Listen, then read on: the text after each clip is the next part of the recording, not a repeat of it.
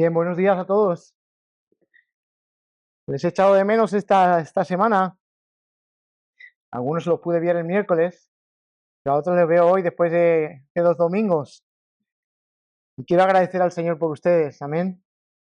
Vamos, antes de pasar a las Escrituras, a la exposición de la palabra, creo que es necesario hacer una oración pastoral por todas y cada una de las familias que estamos aquí en esta mañana. Y vamos a orar todos juntos por las familias, por el bienestar, por la salud, por la prosperidad espiritual de cada miembro de nuestras familias. Si tenemos miembros en nuestro hogar que no conocen a Cristo, que puedan conocer a Cristo. ¿Y qué les parece si nos ponemos en pie todos y guardamos un poco y oramos todos juntos por el bien de la salud de la familia? Sé que cada uno de vosotros me contáis que pues pasamos conflictos, situaciones que muchas veces pues se van de nuestro alcance, ¿verdad? Y creo que haya alguien que no se le escapa nada de los asuntos que conciernen nuestra vida, y ese es nuestro Dios. Así que vamos a elevar una oración confiando en la soberanía absoluta de nuestro Dios por encima de todas las circunstancias que puedan suceder en nuestra vida, y pediría que fuésemos agradecidos a Dios, que no dudáramos de Él, de su carácter bondadoso, de que cada una de las situaciones que podamos atravesar están sostenidas por Él. Vamos a orar. El soberano Dios de la gloria,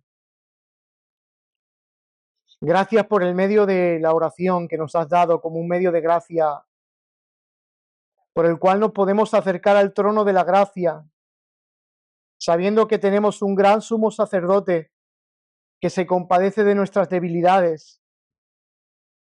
Y al acercarnos al trono de la gracia nos enseñas a través de tu palabra que ahí podemos alcanzar ese oportuno socorro que cada uno de nosotros necesitamos constantemente.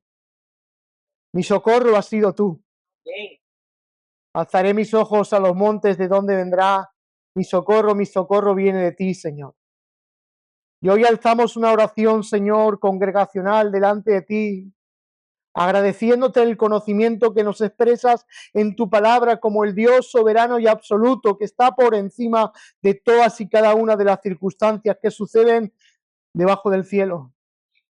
Gracias por ser ese Padre amoroso, misericordioso, que muestras tu fidelidad de generación en generación y hasta la eternidad de la eternidad. Es tu nombre fiel, Señor. Gracias, porque cada una de nuestras vidas están sostenidas por ti, Señor. Gracias, Señor, porque nuestra fe en muchas ocasiones es probada constantemente, pero es sostenida por ti. Sí. Gracias porque nos enseñas a través de las Escrituras que cuando Satanás pidió zarandear a Pedro, tú rogaste que no le faltase la fe. Gracias porque tu labor intercesora del gran sumo sacerdote que tú eres, amado Jesús, aún está vigente y tú intercedes al Padre por nosotros, por lo cual no tenemos otro mediador entre los hombres y Dios, sino a Jesucristo, a ti, amado Señor. Por eso humillamos nuestras almas en esta mañana, rogándote que tú, Señor, nuestro corazón coja contentamiento y gozo, porque ninguna de las situaciones que pasan y enfrentamos matrimonialmente, familiarmente, laboralmente, económicamente, en cualquiera una de las circunstancias en las cuales nos podamos encontrar, Señor, ninguna de ellas, Señor, pasa desapercibida de tu trato para con nosotros, Señor. Oramos, Dios del cielo, por la necesidad que hay en el corazón de cada uno de mis hermanos bajo estas circunstancias. Y que hoy podamos mirarte a ti, Señor, contemplarte, que tu fidelidad es de generación en generación. Sostén a cada uno de mis hermanos. Sostén nuestras familias. Trae a nuestros hijos al conocimiento de nuestro Señor Jesucristo para que puedan comprender y conocer quién es Jesús. Señor, oramos, Señor, por nuestros trabajos, oramos por nuestras ciudades, oramos por nuestras naciones, oramos por nuestras familias que tenemos cerca como las que están lejos. Pedimos, Señor mío, que tú seas el que te muestres con gracia y misericordia ante toda esta situación, como siempre lo has hecho. Si hay acechanzas espirituales que el enemigo, Señor, quiere hacer en medio de tu pueblo, pedimos tú que eres el que tienes la autoridad para parar todo y cada una de las maquinaciones que el enemigo quiere ejecutar sobre nosotros. Seas tú mismo, Dios, glorificado, echando atrás toda fuerza espiritual que provenga del mal. Y que tu gracia irresistible nos atraiga constantemente hacia Cristo y veamos que solamente podemos hallar una vida completa en nuestro Salvador Jesucristo. Atráenos e iremos en pos de ti. Que nuestro corazón ardosamente vaya constantemente en pos de ti. Señor, en este periodo de prueba, en este periodo de momentos difíciles que hemos podido atravesar algunos, hemos pecado contra ti. Pedimos que perdones nuestros pecados y que nos ayudes, Señor, a cambiar si hemos tenido actitudes que no se han conformado a la imagen de tu Hijo, a que se conformen y se sujeten a la autoridad de Jesucristo en nuestras vidas. Pedimos perdón y misericordia y que nos des gracia, porque tu pueblo está necesitado constantemente de ti y de tu obrar. Gracias por cada familia aquí representada. Pedimos, Señor, que tú seas glorificado en cada una de ellas. En el nombre de Jesús. Amén. Amén. Podemos tomar asiento, hermanos. Gracias. Gracias.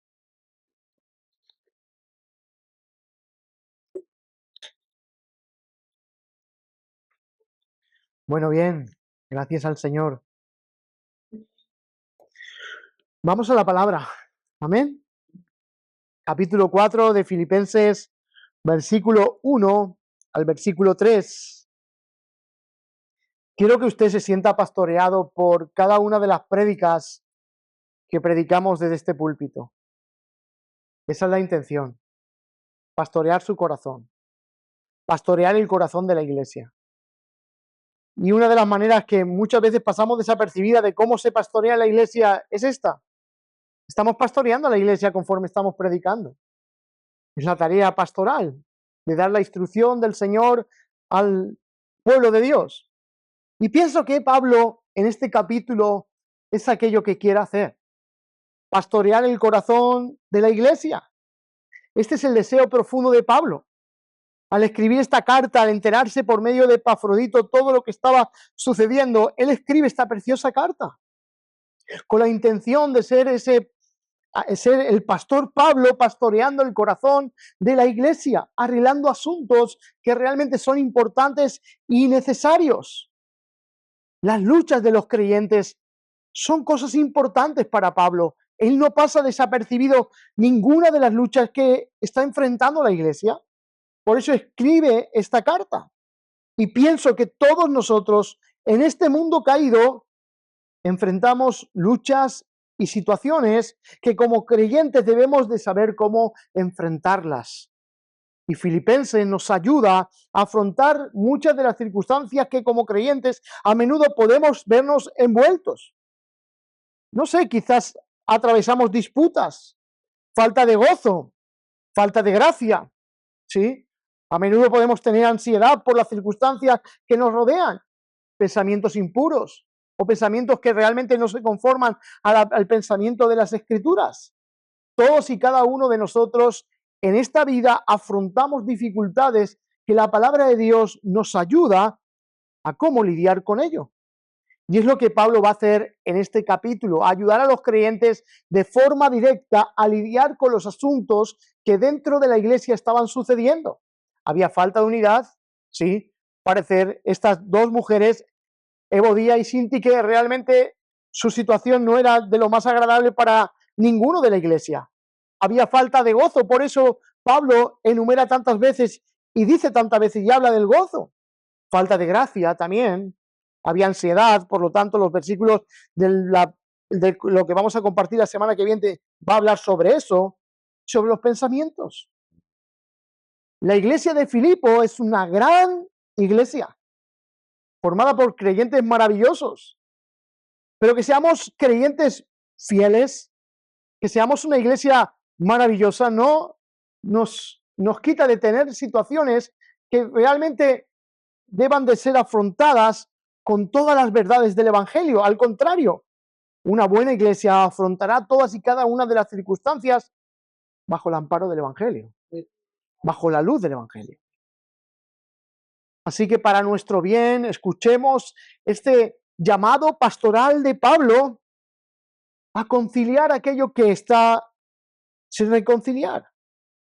El corazón de Pablo en esta ocasión es un corazón inflamado de amor, centrado en el Evangelio por los creyentes. Por eso él se anima a animar, él se anima a exhortar, él se anima a reprender o a rogar. Cualquiera una de estas cosas que Pablo hace en esta epístola realmente tienen su carácter pastoral porque quiere pastorear el corazón de la iglesia. Es hermoso ver cómo los pastores verdaderos quieren conformar la iglesia a la imagen de Cristo. Y no hay una imagen más clara del Evangelio que lo que hoy vamos a tratar, la reconciliación. La reconciliación es esa gracia que recibimos de parte de Dios para el beneficio de todo el pueblo de Dios. Lo vemos en Cristo. En el Edén fue dañado esta relación con Dios y la relación entre nosotros. Vemos las consecuencias de todo eso con los hijos de Adán, Caín y Abel.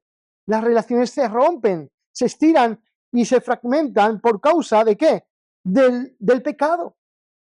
Y el pecado es algo que constantemente vamos a tener que luchar contra ello. Qué hermoso es poder ver una iglesia centrada en el Evangelio, donde todas nuestras relaciones giran en torno a las verdades que implica este glorioso Evangelio. Me gusta el capítulo 4 porque Pablo es muy directo para afrontar situaciones que realmente son preocupantes al corazón de la iglesia. Y Pablo muestra su corazón en el capítulo 4, versículo 1. Lean conmigo, dice, así que hermanos míos, amados y deseados, gozo y corona mía, estad así firmes en el Señor, amados. Un carácter pastoral amoroso. El corazón de Pablo está inflamado de amor, el amor de Dios por causa del Evangelio.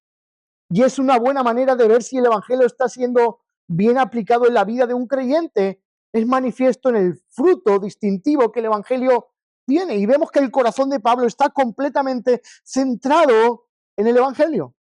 Porque desborda palabras que son tiernas, son amorosas, expresadas dentro de una comunidad que necesita ser el reflejo ante un mundo que está observando si la iglesia verdaderamente es la iglesia de Dios.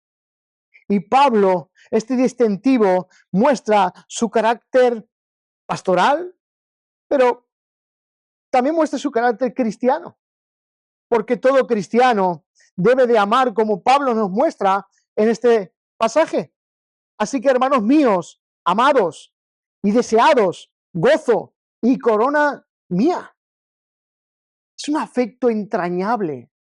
Por eso Pablo apela a los hermanos de Filipo a que se amen en el entrañable amor de Jesucristo. En el capítulo 1 dice, les amo en el amor entrañable de Jesucristo. Y la palabra entrañable es salir de lo más profundo de mi ser, que me conmueve por dentro. Son afectos emotivos que realmente son profundos. Y es el amor que Pablo resalta para la iglesia de Filipo. Pero este distintivo del amor no simplemente es para Pablo, el pastor Pablo, es para toda la comunidad de creyentes, porque debemos de ser afectuosos unos con los otros, amorosos, misericordiosos, y la comunidad de creyentes está basada en el amor que Cristo ha infundido en nuestras almas. Constantemente Pablo está apelando a vivir una vida centrada en el Evangelio, y vivir centrados en el Evangelio es vivir centrados en Dios y vivir centrados en la comunidad de creyentes, como vimos en el capítulo 1. Él expresa esa gratitud por toda la comunidad de creyentes. Es más, él expresa que si vivir, quiere vivir para Cristo, y si morir es ganancia, pero si queda en esta vida para vivir, quiere ser para el beneficio de otros, y ya no busca en sí mismo agradarse a sí mismo. Vivir para agradar a Dios y vivir para la comunidad de creyentes. Realmente es tan importante y tan valiosa la iglesia de Jesucristo para Pablo, que ocupa un lugar central en su alma. Hermanos míos, es un afecto que tiene Pablo, amados y deseados. La palabra deseados tiene que ver con que él está distante, pero quisiera estar tan cerca para poder estar con ellos. Ese es el anhelo y el deseo de Pablo, y espero que el deseo de cada uno de los creyentes sea este. Gozo y corona mía.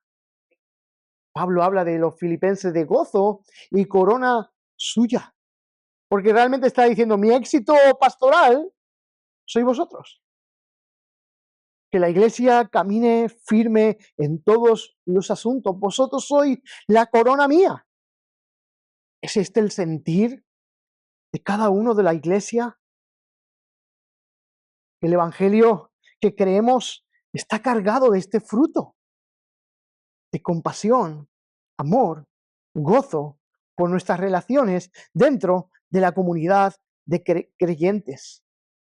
Y este versículo 1 muestra cómo Pablo ama a esta preciosa iglesia. Por lo tanto, ¿qué quiere Pablo?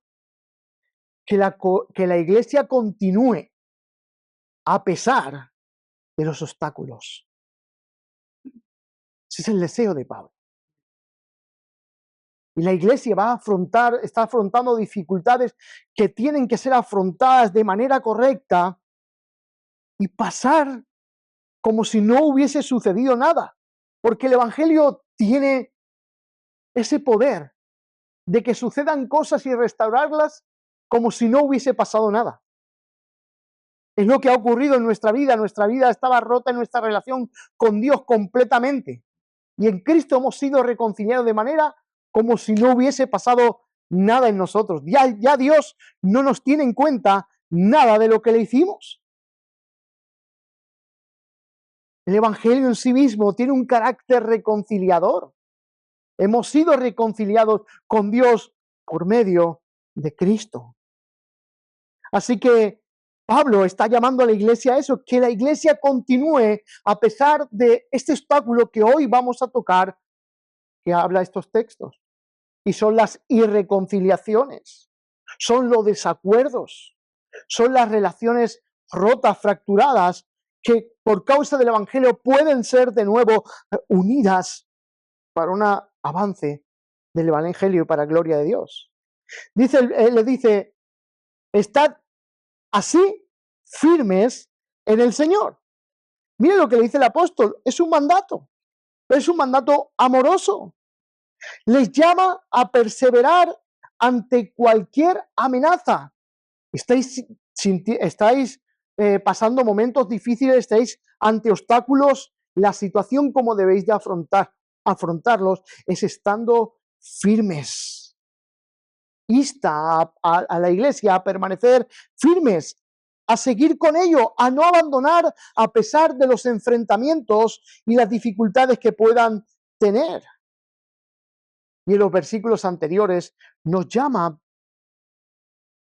nos da el motivo por el cual nosotros debemos de mantenernos firmes. A causa del versículo 21, a causa de nuestra ciudadanía. Mas nuestra ciudadanía está en los cielos, de donde también esperamos al Salvador, al Señor Jesucristo. A causa de nuestra ciudadanía debemos de estar firmes ante cualquier situación que la iglesia enfrente. En el 21 nos enseña que por los motivos de la resurrección, por ese glorioso regreso de nuestro Señor, debemos de continuar como iglesia afrontando cada uno de los obstáculos que tengamos por delante. Hay muchos retos que afrontar como iglesia Pero hay un solo motivo por el cual nosotros debemos estar centrados, y esta es la gloriosa obra del Evangelio en nosotros, una iglesia centrada en el Evangelio. Estamos más cerca de que cuando el Señor dijo que vendría por su pueblo. Ya tenemos un motivo por el cual afrontar cada una de las circunstancias de nuestra vida con gozo y con el Evangelio en el centro. Estamos llamados a seguir y a perseverar a pesar de todo lo que suceda. Y ante estas circunstancias, Pablo les dice a los filipenses, estad firmes. Porque a menudo cuando suceden cosas, lo primero que perdemos es la firmeza. Y esto es un término militar.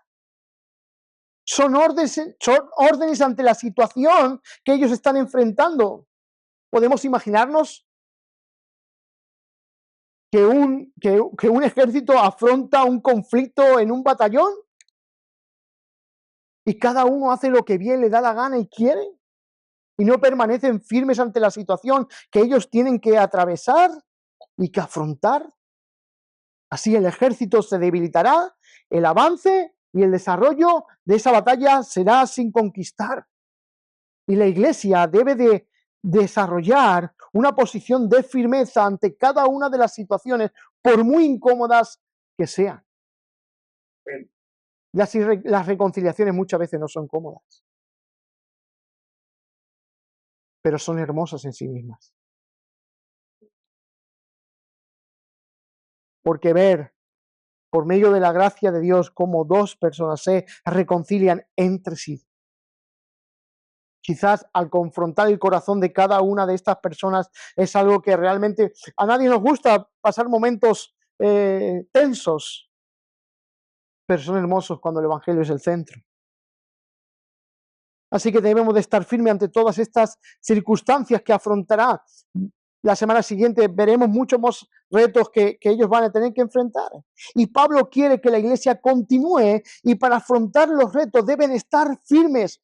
No podemos seguir avanzando si ante las circunstancias difíciles que atravesamos no permanecemos firmes como un batallón que está en guerra y tiene que afrontar conflictos por delante. Me gusta cómo acaba el versículo. Estad firmes, así firmes en el Señor. Porque esa es donde emana la fortaleza de la perseverancia en el creyente. No perseveramos por nosotros, aunque sí tenemos nuestra responsabilidad. Perseveramos porque Dios nos persevera. Capítulo 1, versículo 6, Pablo está confiado ¿en qué?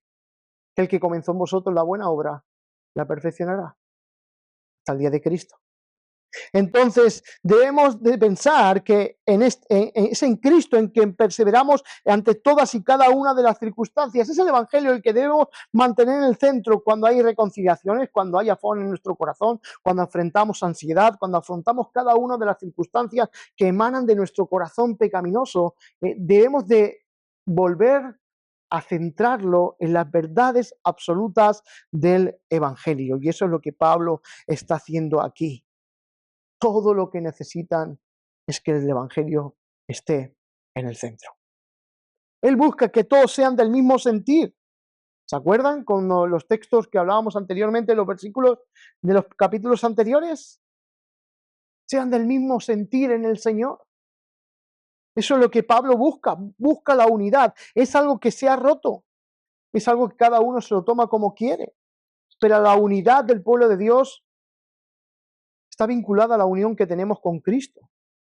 Y no podemos tener diversidad de pensamientos en cuanto a esto. Es un sentir simplemente, y es mantenernos unidos a causa del Evangelio. Pablo quiere que la iglesia continúe. Y para que la iglesia continúe deben de afrontar el reto de la unidad, porque la unidad, la falta de unidad rompe la fidelidad de los creyentes hacia el Evangelio. Y ahora Pablo usa directamente aplicaciones directas para el asunto que realmente pienso como pastor que está en la mente de Pablo. constantemente. Porque ver cómo miembros de la iglesia se distancian por culpa del pecado, realmente como pastor, es como si atravesasen tu alma con una espada y la desquebrajasen.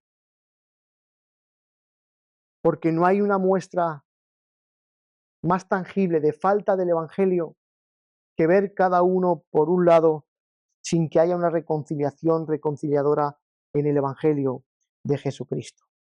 Así que imagínense que esta carta llegaba como un pergamino enrollado y llegaba a Epafrodito a leerla, y en aquel momento al leerla dentro de la iglesia aparece el versículo 2 y dice: ruego a Evodía y a Síntique. Qué gran impacto, ¿no? Dentro de la iglesia, que tu nombre suene. ¿Para qué suena mi nombre ahora mismo dentro de la congregación en una carta escrita por Pablo? Es una confrontación directa, porque hay asuntos que deben de ser solucionados directamente. Pablo está dando algunos argumentos acerca de cómo debería de ser la unión de la iglesia, pero ahora anuncia por qué causa la iglesia está dividida. ¿Por qué hay divisiones? Evodía y Asíntique. Así que lo que Pablo está haciendo es exhortar para que la práctica de la unidad vuelva a ser reconciliada directamente con estas dos mujeres. No lo dice al aire. Bueno, busquemos la unidad. Vale, puede ser algo abstracto, pero no, apuntemos dónde está el problema de la unidad. Están estas dos mujeres que no se ponen de acuerdo y han batallado durante mucho tiempo conmigo en el Evangelio. Ha sido gente que ha estado cerca de nosotros, juntamente con Clemente, dice el texto. Parece ser que eran de aquellas mujeres que realmente servían dentro de la iglesia y por circunstancias de no ponerse de acuerdo, coge y se rompe esa unidad, esa amistad, que no es otra cosa que ver el pecado entrando dentro de la iglesia, trayendo destrucción a las relaciones que tendrían que permanecer unidas para siempre, a causa de nuestra ciudadanía, a causa del regreso de Cristo, a causa de la resurrección, a causa de que están nuestros nombres escritos en el libro de la vida. Por todas esas y cada una de esas, por la obra reconciliadora de Dios, debemos de buscar el bien de la iglesia. Todos y cada uno de nosotros. Todos y cada uno de ellos. Y no hay nada nuevo aquí. Pablo no está sacando nada nuevo. Ya se ha tratado este asunto. Y miren el 1.27 cómo él argumentó anteriormente todo este asunto. Solamente que os compartéis cómo es digno del Evangelio de Cristo. ¿Cómo se comporta uno como es digno del Evangelio de Cristo? Y dice, para que sea que vaya a veros o que sea ausente, oiga de vosotros que estáis firmes, en un mismo espíritu, combatiendo unánimes por la fe del Evangelio. Ahí es donde es visto realmente si una persona está con firmeza en el Evangelio y le llama a vivir de acuerdo a los principios y la enseñanza del Evangelio. Una forma de vivir como es digno del Evangelio es permanecer en unidad. Permanecer en unidad. ¿Por qué es buena la unidad? Primeramente porque es un mandato. Juan 17, que sean uno, como tú y yo, Padre, somos uno. Y el segundo es porque el conflicto que enfrentamos con el Evangelio es algo que nos es concedido en Cristo por causa de su gracia. Así que, hermanos, es un mandato y es algo que se nos es concedido como una gracia que hermosea la iglesia. La iglesia, la unidad de la iglesia, es una gracia que recibimos en Cristo que hermosea cada una de la vida de cada uno de nosotros. ¿Quieres ver a un creyente gozoso? Mira cómo está su implicación dentro de la iglesia local. Porque nuestro gozo en Cristo se expresa hacia Cristo y se expresa hacia los demás.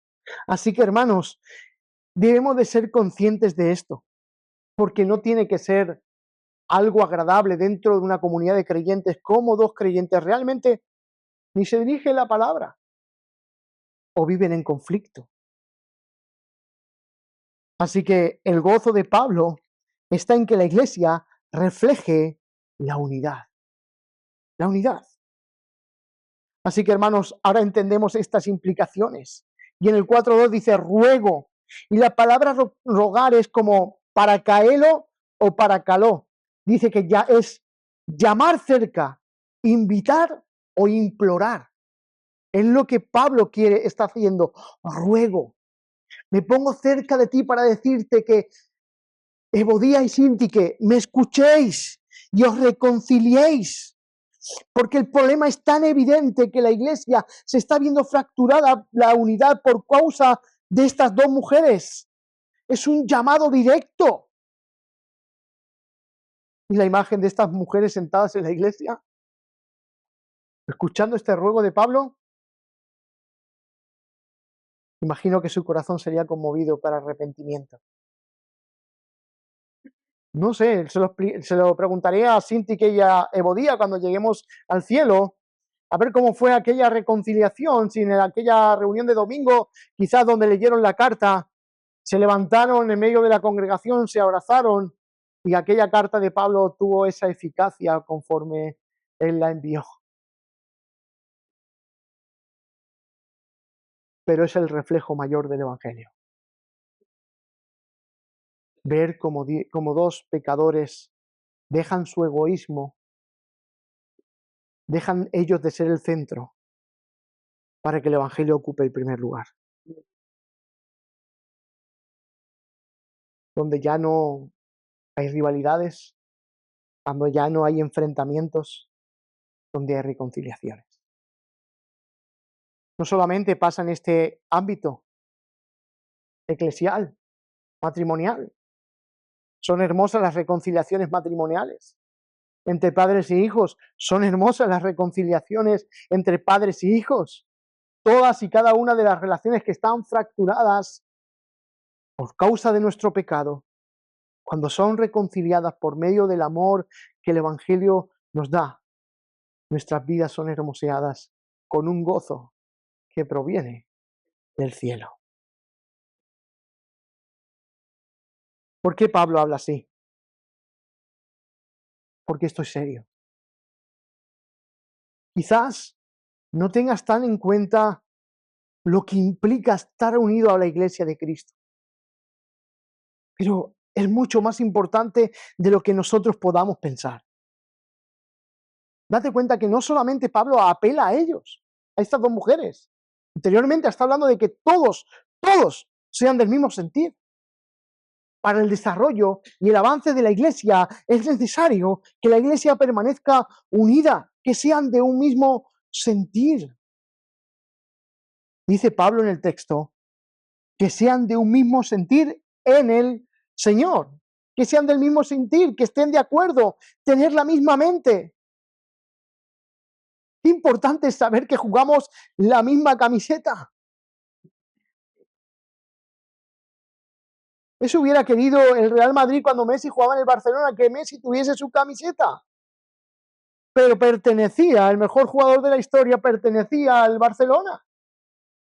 Por lo tanto, los goles que les marcaba el Madrid eran y sumaban para el Barcelona, porque vestía la misma camiseta que sus compañeros. Qué buenas aplicaciones hago, ¿eh?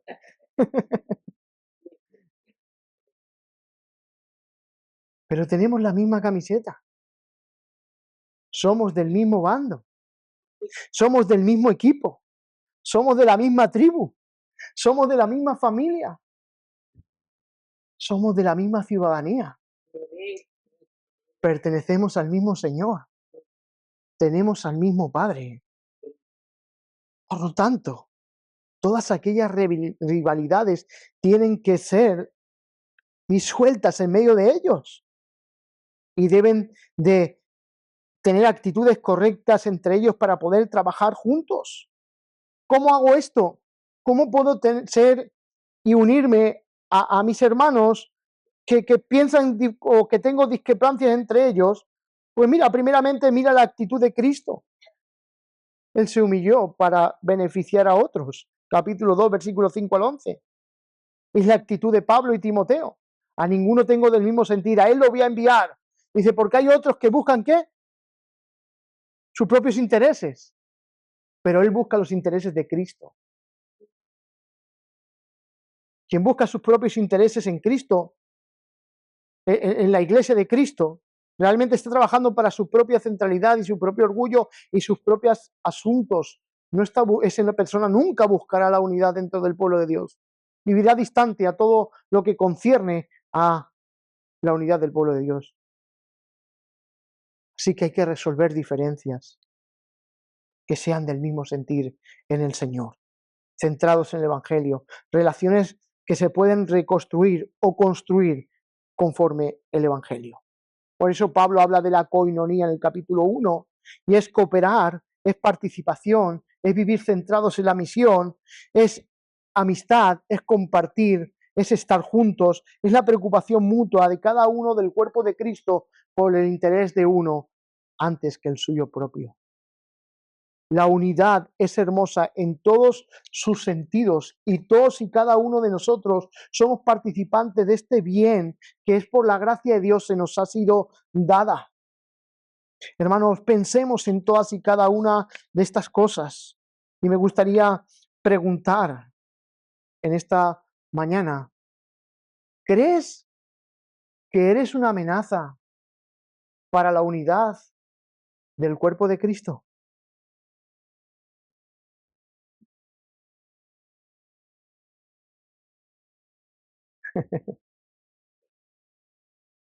Quizá no nos gusta pensar en esto, pero debo de examinar mi vida si realmente mi actitud para con la iglesia está resultando en vivir una vida separado de todas aquellas cosas que deberían de vincularme a la iglesia. Y el versículo 3 llama no solamente a ellas a ponerse de acuerdo, sino que también cada miembro debe de estar activo en esta implicación que conlleva las reconciliaciones dentro de la iglesia. Y miren el versículo 3. Asimismo te ruego a ti, compañero fiel.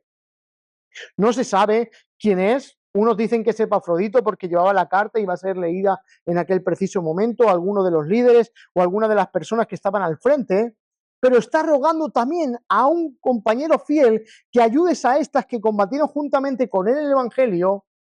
Dice, con Clemente también y los demás colaboradores míos, cuyos nombres están en el libro de la vida, llama a la iglesia a ser una iglesia reconciliadora, donde todos sean partícipes de reconciliar todas las cosas que están sin reconciliar para que haya una perfecta unidad dentro del cuerpo de Cristo.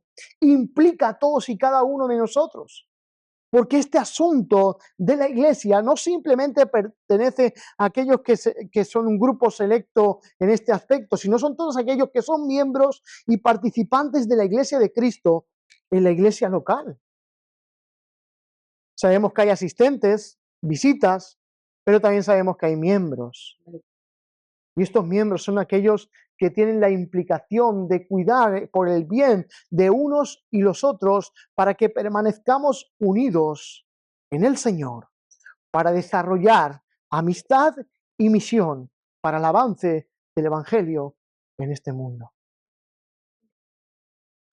Así que como miembros debemos de buscar con entusiasmo la unidad de la iglesia. Si nosotros como creyentes estamos actuando mal contra un hermano, busca la reconciliación centrada en el Evangelio. Y vuelvo a preguntar, ¿te ves como una amenaza para la unidad de la iglesia? ¿Te importa la iglesia? ¿O buscamos nuestros propios intereses? ¿Quieres que la iglesia sea sana? ¿Quieres que la iglesia crezca? Debemos de velar por la unidad. Y si vives desunido de la iglesia, únete a la iglesia. Es el proyecto y el propósito de Dios en esta tierra. Sigue diciendo el versículo 3, dice, así te ruego a ti también, compañero fiel, que ayudes a estas, que combatieron juntamente conmigo por el Evangelio. Y miren, al final del versículo nos dicen la causa por la cual nosotros y cada uno de nosotros debemos de buscar entre nosotros esa unidad. Por causa de que nuestros nombres están escritos en el libro de la vida. ¿Saben? Y lo damos en el libro de membresía, que la vida de la iglesia es la anticipación de lo que un día viviremos en el cielo. Pienso que a causa de la reconciliación que ha habido en Cristo, eternamente en la eternidad, estaremos cantando gloria al Cordero por lo que ha hecho con nosotros. Ese es el mismo ambiente que debería de reflejarse dentro de la comunidad de creyentes. Un ambiente de gracia, donde la reconciliación es algo tangible en las relaciones de unos con los otros. Así que, hermanos, debemos de mirar nuestro corazón. Si realmente te importa tu iglesia y buscar en tu vida, si estás separado de la iglesia, buscar una reconciliación y volver a estar unido con el pueblo de Dios para gloria y alabanza de Cristo. Compañero fiel, que ayudes a estas que combatieron juntamente conmigo en el Evangelio. Dice con Clemente, también y los demás colaboradores míos. Imagino aquel ambiente de hace 10 años en la iglesia de Filipo, cuando Lidia abre su hogar, cuando el carcelero abre su hogar, cuando aquella muchacha endemoniada es libertada por Pablo, y cuando vemos todas aquellas situaciones que realmente se convirtió aquello con un centro de misiones donde realmente la misión estaba avanzando, cada uno estaba reconciliándose y uniéndose a esta misión, ahora por culpa de una irreconciliación o no ponerse de acuerdo en algunos asuntos, pues parece ser que se ve fracturada toda aquella misión que deberían de estar desarrollando. Podemos pensar que quizás no afecte, pero afecta. Lo hablamos constantemente dentro de nosotros. Hermanos que realmente al principio estaban con nosotros y luego se marchan. Y vemos que ya ni hay interés por la iglesia, ni hay amor por los hermanos, ni hay un interés por estar de nuevo, sino que constantemente aún se alejan y no buscan esa manera de reconciliar. Es penoso. Porque debemos de velar por la unidad de la iglesia. Y estamos llamados a resolver todos esos conflictos. Todos. Cuando veas que un hermano se aleja de la unidad de la iglesia, acércate a él y como miembro de esta iglesia, dile que se reconcilie de nuevo con el pueblo de Dios. Porque estamos llamados a resolver estos conflictos. A menudo vamos a tener conversaciones incómodas con ciertas personas, pero va a contribuir a la salud de la iglesia. Porque muchas veces las cosas feas que vemos en nosotros, muchas veces es incómodo poder decírselo a otros. Pero es que cuando van centrados en el Evangelio, lo mejor que pueden hacerle a uno es hacerse ver lo feo que es, para poder solucionarlo. Así que todas estas cosas conllevan todo eso. El llamado es el llamado al mismo sentir. Ser todos de un mismo sentir, un mismo pensar en Cristo para el bien de la iglesia y para la gloria de Cristo. Hermanos, nadie quiere unirse a un grupo de personas que no se aman entre sí.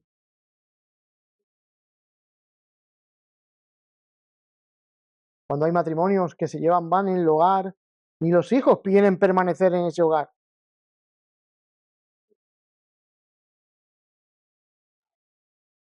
Pero cuando el amor es el centro, que tiene la fuerza del amor de Cristo, que no solamente puede reconciliar esa enemistad, sino que otros puedan ver la hermosura que hay en el amor de Jesucristo. Juan 13:35, ¿cómo conocerán que sois mis discípulos? En que os amáis los unos a los otros. Estos problemas no solamente afectan a la salud de la iglesia, sino también al testimonio evangélico. Ha habido conflictos dentro de iglesia y hemos dicho, madre mía, ¿cómo ha podido suceder eso dentro de la iglesia? Porque todas las iglesias afrontamos los mismos conflictos y las mismas situaciones. Cuando hablo con pastores amigos míos, veo cómo ellos también afrontan situaciones que yo también afronto. Y claro, y muchas veces la salud de la iglesia se ve afectada por todas y cada una de estas circunstancias, pero no solamente la salud, sino también el testimonio ante el mundo. Y debemos de saber cuál es el valor de nuestras relaciones. Es el valor de todo esto, de lo que implica el Evangelio, de una iglesia saludable y del avance y el desarrollo de una iglesia. Porque mientras la iglesia está ocupada en arreglar asuntos internos que deberían de ser reconciliados en el Evangelio rápidamente, nos hacen perder nuestro enfoque de la misión que realmente tenemos por delante. Y es como ha leído nuestro hermano Eleazar. Dios nos ha dado el ministerio de la reconciliación. No solamente para reconciliación y reconciliaciones dentro de la iglesia, sino para el avance de la misión de la reconciliación del mundo para con Dios. Por lo tanto, hermanos, hagamos todo aquello que tengamos que hacer para que en todas nuestras relaciones Dios sea el centro y la iglesia sea hermoseada por esta gracia de la unidad, donde todos y cada uno de nosotros nos unimos bajo un mismo Señor, con una misma fe, en un mismo sentir, que Cristo sea el centro de todos y cada uno de nosotros. Así que desde aquí hago un llamado a todos nosotros para que afrontemos esta situación entre todos. Porque nuestra misión es esta, hacer avanzar el Evangelio en esta ciudad. Y si hay una iglesia centrada en Cristo, centrada en la misión, no solamente esta iglesia se hermoseará, sino que dentro de la congregación nuestra saldrán hombres y mujeres que darán luz a este mundo, porque el amor gozoso de Cristo he vivido dentro y fuera de la iglesia, para gloria y honra de nuestro buen Dios. ¿Por qué debemos de hacer esto? Porque nuestros nombres están escritos en el libro de la vida. Y esta es lo que quería enseñar en esta mañana. Quería haber abarcado más, ayer me sentí tentado a hacer todo el capítulo y digo, wow, esto va a ser una locura. Llamé a mi hermano Adolfo, digo, Adolfo, ¿qué te parece? Y entre los dos lleguemos a un común acuerdo y dijimos, vamos a centrar esto. Porque pienso que la unidad es importante. En la unidad se desarrollan los dones que Dios ha puesto en nosotros para servirnos los unos a los otros. En la unidad conocemos las situaciones difíciles que pasamos cada uno de nosotros y por las cuales podemos orar. En la unidad desarrollamos la misión de Dios en este mundo, porque entre todos oramos por aquellas personas que realmente no conocen a Cristo y nos apoyamos en esta labor misionera. Por lo tanto, la iglesia de Filipo era una iglesia misionera, una mentalidad misionera que apoyaba a Pablo, había sido instruida así. Y quizás todo aquello que estaba sucediendo podía haberse interrumpido o fragmentado por causa de la unidad dentro del pueblo de Dios. Así que hay un propósito en la unidad y es que Dios sea glorificado en todo ello. Así que piensa, ¿qué puedes hacer más por tu iglesia? Piensa. Y todo aquello que pienses sea filtrado y centrado en el Evangelio y sea hecho por tu vida para gloria y alabanza de Dios. Damos gracias. Gracias, Padre, por tu palabra. Pedimos que nos des gracia a la hora de aplicar estos textos que necesitamos. Padre, tú nos has mostrado la manera como se deben de reconciliar todas y cada una de las cosas y velar por la unidad preciosa y hermosa que nos has dado en tu gracia. Ayúdanos, Señor. Seguro, Señor, que o no conocemos algunos de los conflictos que sí pueden existir. Si existen, Señor, hoy, seas tú trayendo convicción a nuestros corazones, para que todas y cada una de las relaciones que quizás estén dañadas, hoy se reconcilien en Cristo. Señor, si hay falta de unidad en alguno de los hermanos que nos encontramos aquí, Señor, pedimos, Señor, que dejemos nuestras diferencias y seamos todos de un mismo sentir en Cristo, para gloria y el avance de tu Evangelio en esta ciudad, Señor. Pedimos, Señor, que seamos capaces de pedir perdón, de perdonar. Ayúdanos a sacar, Señor, si quizás en nuestro corazón hay obstáculos de egocentrismo, de orgullo, de vanidad,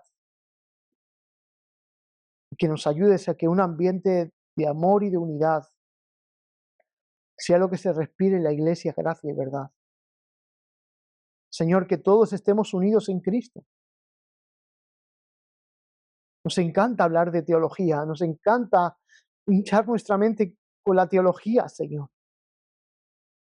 Pero muchas veces no permitimos que la teología baje nuestro corazón y nos eduque nuestra manera de vivir.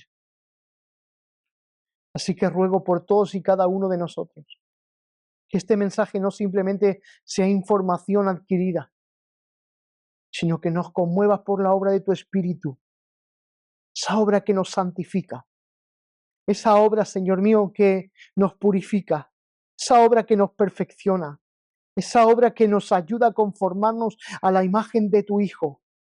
Que hoy, Señor, toda la congregación podamos, Señor, conformarnos a la imagen de tu Hijo Jesucristo y busquemos todos por encima de todas nuestras cosas que tú seas glorificado en todo, Señor. Señor, si las reconciliaciones son fuera, pido, Señor mío, que tú ayudes a mis hermanos a, que, a mover todas las circunstancias que necesitan ser movidas, Señor, para que puedan reconciliarse con aquellos que tengan que reconciliarse. Ayúdanos y ponnos carácter compasivo y amoroso entre unos con otros, Señor. Y ayúdanos, Señor, a que la iglesia prevalezca en contra de todos, Señor, los obstáculos que se ponen en nuestro camino. Oramos, Padre, en el nombre de Jesús. Amén.